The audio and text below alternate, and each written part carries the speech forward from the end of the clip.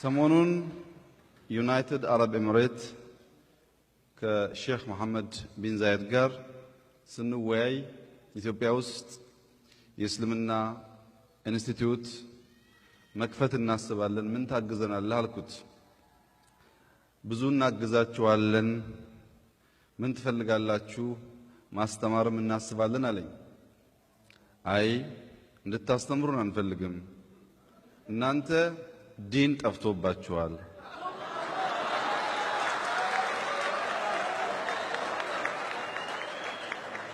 እኛ እያሰብን ያለነው ቶሎ ቶሎ ብለን አረብኛውን ተምረን እናንተን አስተምረን ለመመለስ ነው አልኩት።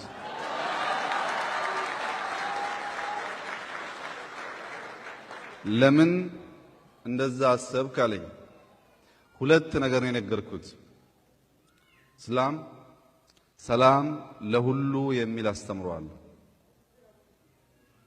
በመካከለኛው ምስራቅ አልጄሪያን፣ የመንን፣ ግብፅን አሁን እያጋጠመ ያለውን ሁሉ እያፈረሰ ያለው እስላም ራሱ ነው።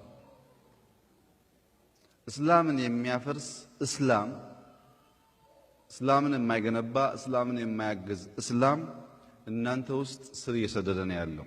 ዋናውን የፒስ አስተምሮ የሰላም አስተምሮ ረስታችኋል። ሁለተኛው